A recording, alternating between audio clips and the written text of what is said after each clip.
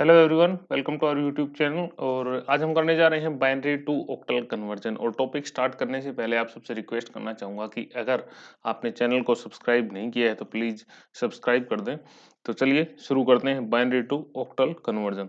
तो देखिए, इसके दो मेथड हैं। आपके पास एक तो बाइनरी नंबर है, तो आपने बाइनरी टू डेसिमल कर लिया है। अगर नहीं किया है तो आप जाके पिछली वीडियोस में देख सकते हैं, आपको मिल जाएगा। ठीक है, बाइनरी को पहले डेसिमल में कन्वर्ट करें और उसके बाद डेसिमल को ऑक्टल में कर लें। ठीक है, ये दोनों मैंने तरीके आपको बता रखे हैं। ठीक है, दूसरा तरीका क्या है कि इसको डायरेक्ट भी कन्वर्ट किया जा सकता है टाइम बचाने के लिए। मान लीजिए आपके पास दो नंबर हैं ए, और उसको आपको बी में कन्वर्ट करना है। अगर इनका जो बेस है वो पावर ऑफ टू में है तो इनको डायरेक्ट कन्वर्ट किया जा सकता है। देखिए, जैसे बाइनरी है, ठीक है, बाइनरी का बेस क्या होता है? टू। ऑक्टल का बेस क्या होता है? एट। हेक्सा का क्या होता है? 16। तो ये क्या बन गया? टू की पावर वन, टू की पावर थ्री और टू की पावर फोर। यानी कि इनको डायरेक्ट जो है कन्वर्ट किया जा सकता है, बीच में डेसिमल में कन्वर्ट करने की जरूरत नहीं है। वो हम देखेंगे कि कैसे करना है। इससे एक चीज और पता चलती है कि किसी भी बाइनरी जो बिट है, उस बाइनरी को रिप्रेजेंट करने के लिए, बाइनरी डेटा को रिप्रेजेंट करने के लिए सिर्फ एक बिट की जरूरत होती है। हम एक बिट में रिप्रेजेंट कर सकते हैं।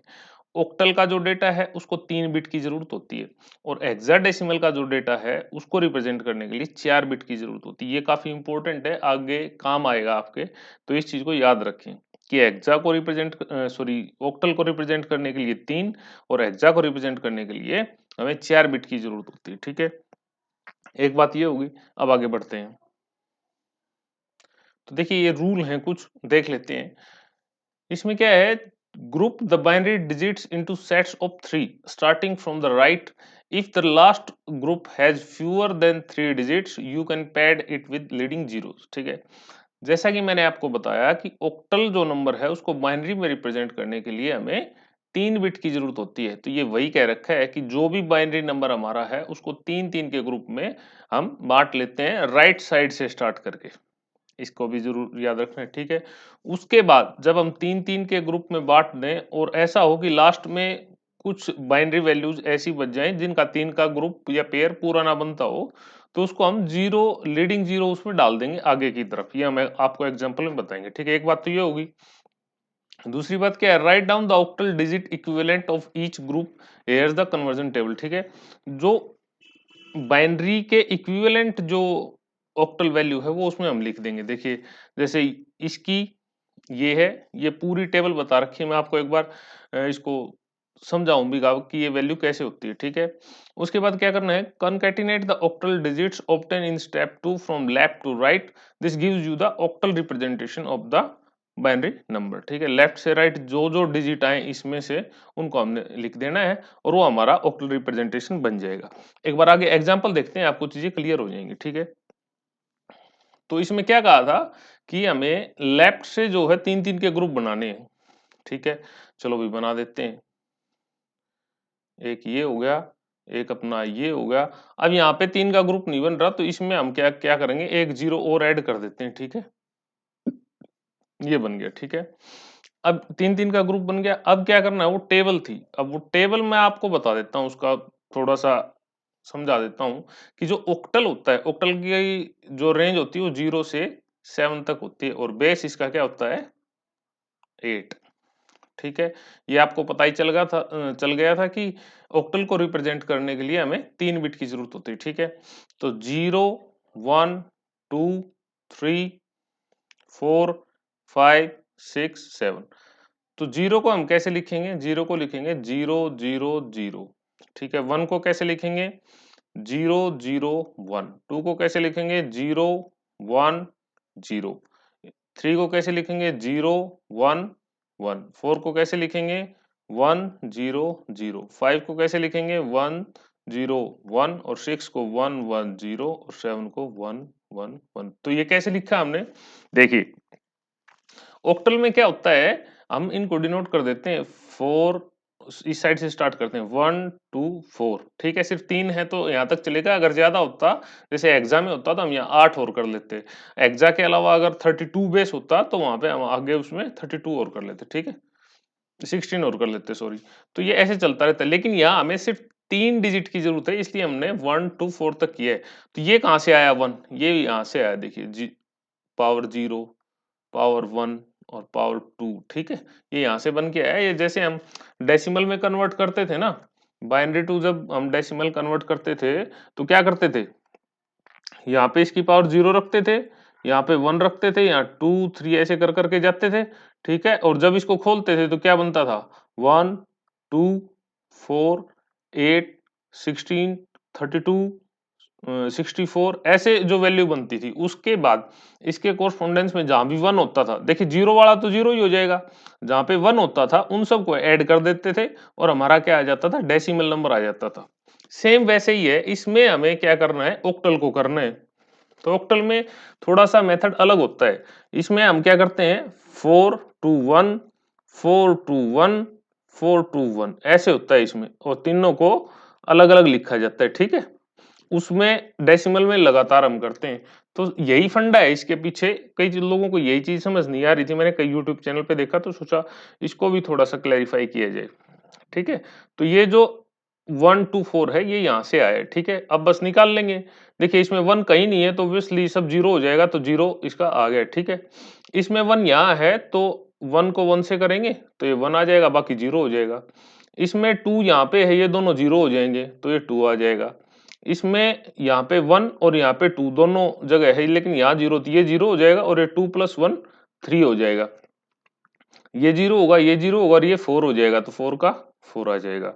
अब इसमें ये 1 है, ये 2 है और ये 4 है, तो ये तो जीरो हो जाएगा और ये 4 + 1 5 आ जाएगा।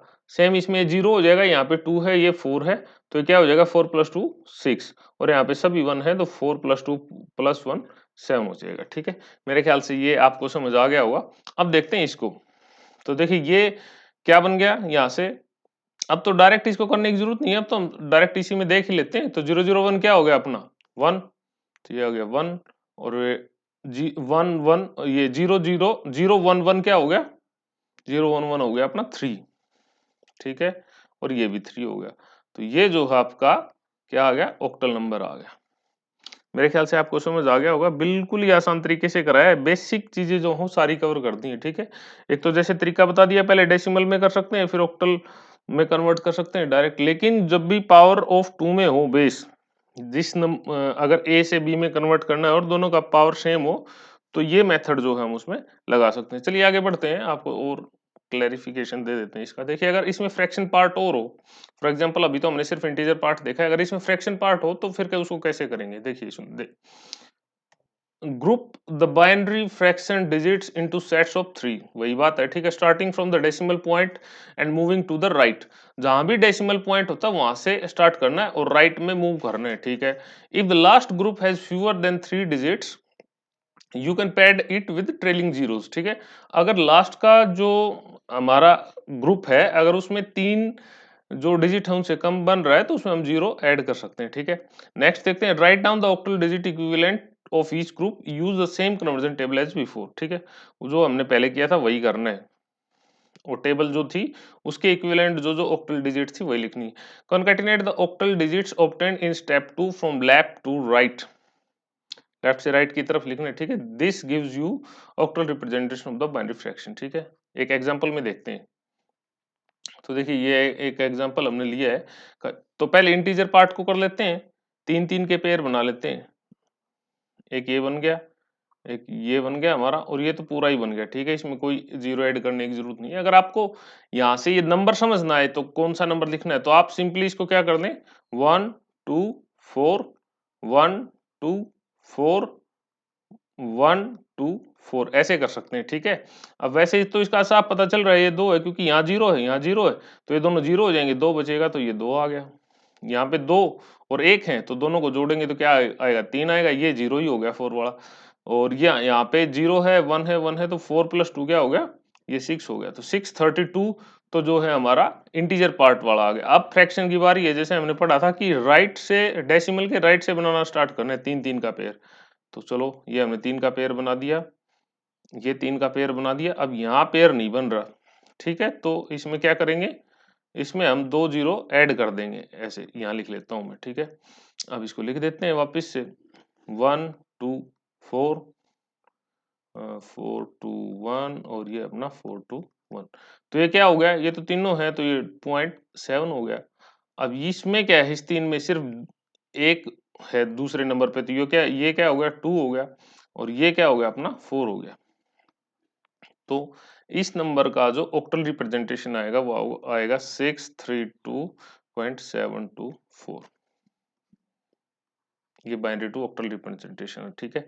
इंपॉर्टेंट पॉइंट क्या है, इंपॉर्टेंट पॉइंट इसमें यही है कि या तो आप पहले बाइनरी को अपना डेसिमल में कर लो, ठीक है, और डेसिमल से ऑक्टल में कर लो। लेकिन जब हमारे पास ऐसा कोई फॉर्मूला है कि हम बाइनरी से डायरेक्ट ही ऑक्टल में कर सकते हैं, तो बीच में हम डेसिमल में करके अपना टाइम खराब क्यों करें। तो इसके लिए क्या है कि ए और बी का अगर जो बेस है वो पावर ऑफ 2 में होगा तो हम उसको डायरेक्ट कन्वर्ट कर सकते हैं, ठीक है। ये सब मैंने आपको समझा दिया है। उम्मीद करता हूँ आपको वीडियो पसंद आई होगी और अच्छे से आपको समझ आया होगा। देखिए अगर आपको समझ आया है तो ये प्रैक्टिस क्वेश्चन है, इस प्रैक्टिस क्वेश्चन को सोल्व करके आप कमेंट में इसका जवाब दीजिए, जिसका भी आंसर सही होगा उस आंसर को हम पिन कर देंगे, ठीक है। वीडियो देखने के लिए आपका धन्यवाद, चैनल को सब्सक्राइब जरूर कर दें। ओके।